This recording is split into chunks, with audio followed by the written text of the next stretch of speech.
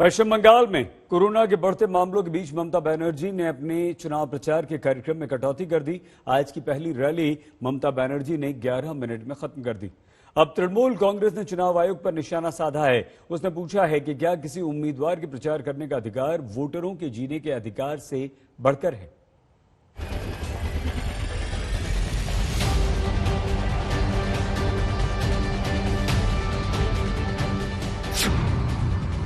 राहुल गांधी ने रद्द की रैलियां।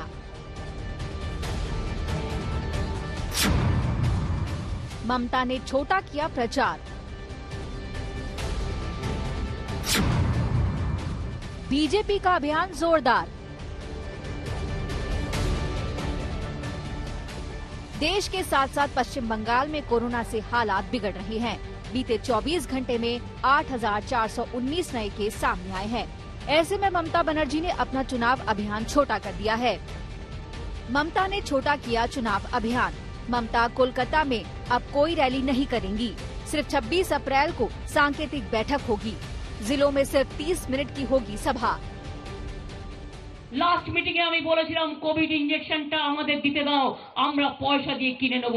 তুমি দাওনি কেন? 6 মাস ধরে তুমি করোনাকে রোকবার জন্য প্ল্যানিং তৈরি করোনি কেন? তুমি 6 মাস ধরে শুধু বাংলা ইলেকশন কি করে বাংলা দখল করা যায় তার জন্য রোজ ডেলি প্যাসেঞ্জারি করেছো, কোটি কোটি টাকা খরচ করেছো, আর করোনা কি করে হচ্ছে তাকে রুখতে হবে সেটা তুমি কিছু করোনি, কাউকে করতে দাওনি। আজকে তোমাকে জবাব দিতে হবে। ममता आमतौर पर जो रैलियां करती हैं, उनमें उनका भाषण 50 मिनट से 1 घंटे या उससे भी ज्यादा का होता है। अब ये भाषण 20 से 25 मिनट का होगा, ताकि सभा को 30 मिनट में ही खत्म किया जा सके। उत्तर दिनाजपुर की रैली में ममता बनर्जी ने अपने वादे के मुताबिक अपने भाषण को छोटा ही रखा। यही नहीं, उन्होंने लोगों से मास्क पहनने की भी अपील की। ममता बनर्जी ने अपनी पहली रैली महज 11 मिनट में ही खत्म कर दी। ममता का आरोप है कि पश्चिम बंगाल में बीजेपी के लोग कोरोना की नई लहर लेकर आए हैं। মনে রাখবেন বাংলায় কোভিড ছিল না, ওই বহিরাগত গুন্ডাদের নিয়ে এসে বসিয়ে রেখে দিয়েছে। কতদিন ধরে আমি বলছি, হাজারের পর হাজার বহিরাগত গুন্ডাকে দিল্লি থেকে নিয়ে এসেছে, বিহার থেকে নিয়ে এসেছে, উত্তর প্রদেশ থেকে নিয়ে এসে বিজেপি বসিয়ে দিয়েছে। इससे पहले ममता बनर्जी ने चुनाव आयोग से अपील की थी कि राज्य में बाकी बचे चरणों के चुनाव एक साथ करा लिए जाएं, लेकिन चुनाव आयोग ने इसे खारिज कर दिया था। एक बार फिर तृणमूल कांग्रेस ने यही मांग की है।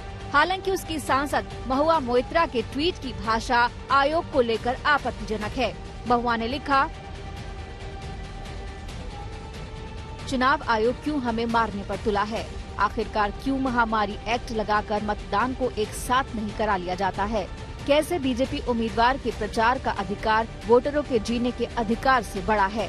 ये चुनाव आयोग विक्षिप्त है। कल राहुल गांधी ने भी ट्वीट कर पश्चिम बंगाल में अपनी सभी रैलियां रद्द करने का ऐलान कर दिया था। उन्होंने दूसरे दलों से भी कोरोना के बढ़ते खतरे को देखते हुए ऐसा करने पर सोचने की अपील की थी। लेफ्ट ने पहले ही ऐलान कर दिया था कि वो रैलियां और जनसभाएं नहीं करेगा, लेकिन बीजेपी इस मामले में गेंद चुनाव आयोग के पाले में डाल चुकी है और उसके नेता लगातार प्रचार कर रहे हैं। आसनसोल से बीजेपी के सांसद और केंद्रीय मंत्री बाबुल सुप्रियो ने दुर्गापुर पश्चिम से बीजेपी उम्मीदवार के लिए प्रचार किया। वहीं जेपी नड्डा भी आज पश्चिम बंगाल में रोड शो और जनसभा कर रहे हैं। कोलकाता से इंद्रजीत कुंडू के साथ आज तक ब्यूरो।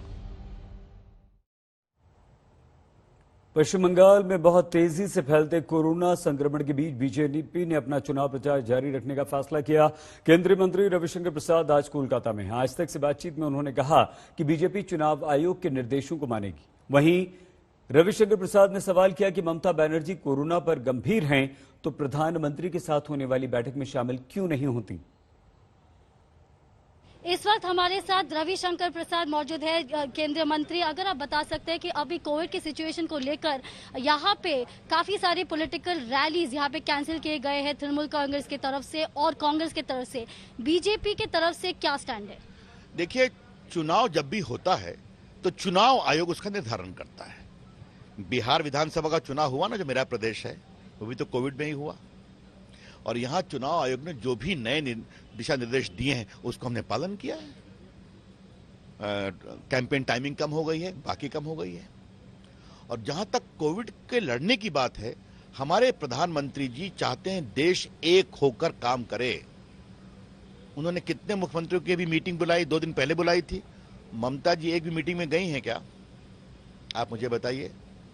तो मैं ऐसा क्यों नहीं कहूं, जब ममता जी को लगता है कि अब हार निश्चित है तो इसको खड़ा किया जा रहा है एलिबाई के रूप में। और एक सवाल कि दिल्ली में अभी लॉकडाउन है और इसके अलावा ऑक्सीजन सप्लाई और रेमडेसिविर की शॉर्टेज है, इसको लेकर सरकार क्या स्टेप्स ले रहे हैं? ऑलरेडी आपने देखा होगा, हर्षवर्धन जी स्वास्थ्य मंत्री ने बहुत विस्तार से बताया है कि सारे ऑक्सीजन मैन्युफैक्चरिंग को इंडस्ट्रियल सप्लाई से रोक दिया गया है, कुछ को छोड़ करके सारा ऑक्सीजन सप्लाई जाएगा कोविड के लिए। रेमडेसिविर के लिए भी कार्रवाई चल रही है। रोज पीएम मॉनिटर करते हैं, हेल्थ मिनिस्टर मॉनिटर करते हैं। तो ये काम तो हम कर रहे हैं, आगे भी करेंगे। कोरोना दुर्भाग्यपूर्ण है, लेकिन फिर मैं कहता हूं, चुनाव हो रहा है बंगाल का, आधा चुनाव हो गया, जनता परिवर्तन का मन बना चुकी है। कोविड की लड़ाई चलेगी, होनी भी चाहिए, हम कार्रवाई करेंगे, मिलकर करेंगे, बंगाल को भी मदद करेंगे। लेकिन क्या चुनाव के नतीजों से घबराहट भी दिखाई पड़ रही है क्या? यह सवाल।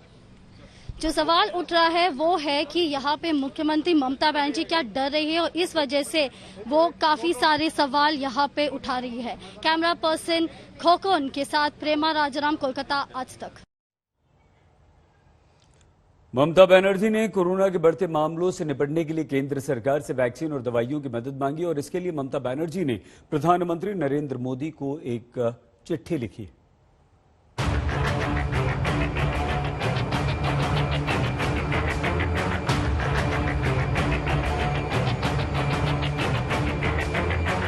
पश्चिम बंगाल में विधानसभा चुनावों के साथ साथ कोरोना की रफ्तार भी तेज होती जा रही है।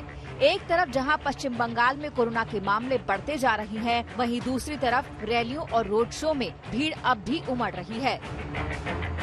अब कोरोना के नाम पर ममता बनर्जी ने वैक्सीन की चुनावी सियासत शुरू कर दी है।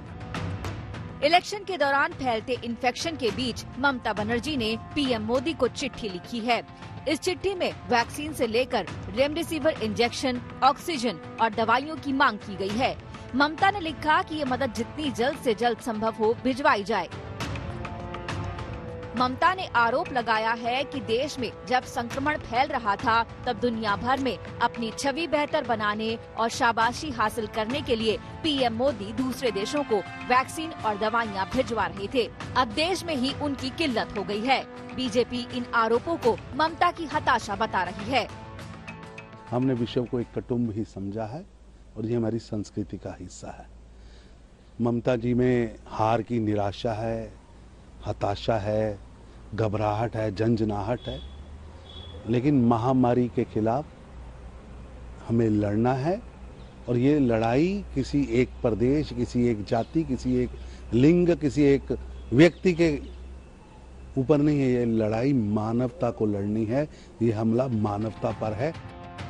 उधर ममता ने राज्य में कोरोना के बढ़ते मामलों के लिए इशारों में बीजेपी को जिम्मेदार ठहरा दिया। उन्होंने लिखा है कि राज्य में कोरोना के केस तेजी से बढ़ रहे हैं। बड़ी संख्या में बाहरी लोग चुनाव प्रचार और दूसरी वजह से कुछ राजनीतिक दलों की ओर से आ रहे हैं। इस स्थिति में हमने महामारी को रोकने के लिए युद्ध स्तर पर काम किया है और 3 मुद्दों पर आपके हस्तक्षेप की जरूरत है। इससे पहले ममता बनर्जी ने चुनाव आयोग से बाकी बचे चरणों के चुनाव एक ही बार में कराने की अपील की थी, जिसे चुनाव आयोग ने खारिज कर दिया। नादिया के कृष्णानगर दक्षिण की रैली में ममता बनर्जी ने इसे भी मुद्दा बना लिया है। আমি তো প্রথম দিন থেকে করে বেড়াচ্ছি, যে কোনো কারণ হতে পারে, সুতরাং আমরা রিস্ক নিয়ে করতে হচ্ছে। আমি ইলেকশন কমিশনকে বারবার বলেছি যে আপনারা ফেস কমিয়ে দিন, ফেস না কমিয়ে আমাদের ক্যাম্পেনিং টাইম কমিয়ে দিয়েছে। মানে বিজেপির মিটিং এ লোক আসছে না, তাই ক্যাম্পেনিং টাইম কমিয়ে দিয়েছে। ममता बनर्जी ने अपनी चिट्ठी में पीएम मोदी पर आरोप लगाया है कि उन्होंने उन 5-6 महीनों में ऑक्सीजन और वैक्सीन की सप्लाई के लिए कोई कदम नहीं उठाया जब वायरस उतना सक्रिय नहीं था। ममता ने कहा कि हमें 2.7 करोड़ लोगों का टीकाकरण करना है, जिसके लिए 5.4 करोड़ डोज की जरूरत है। ममता ने रेमडेसिविर और टोसिलीजुमैब जैसी जरूरी दवाइयों की सप्लाई को भी कम बताया। ममता ने कहा कि राज्य को 6000 वायरल रेमडेसिविर और 1000 वायरल टोसिलिजुमैब की हर दिन जरूरत है, जबकि राज्य को हर दिन केवल 1000 रेमडेसिविर इंजेक्शन मिल रहे हैं। वहीं टोसिलिजुमैब की आपूर्ति भी नहीं हो रही है। ममता ने हालात पर चिंता जताते हुए इन दवाइयों की सप्लाई जल्द से जल्द करने की मांग की है। आज तक ब्यूरो।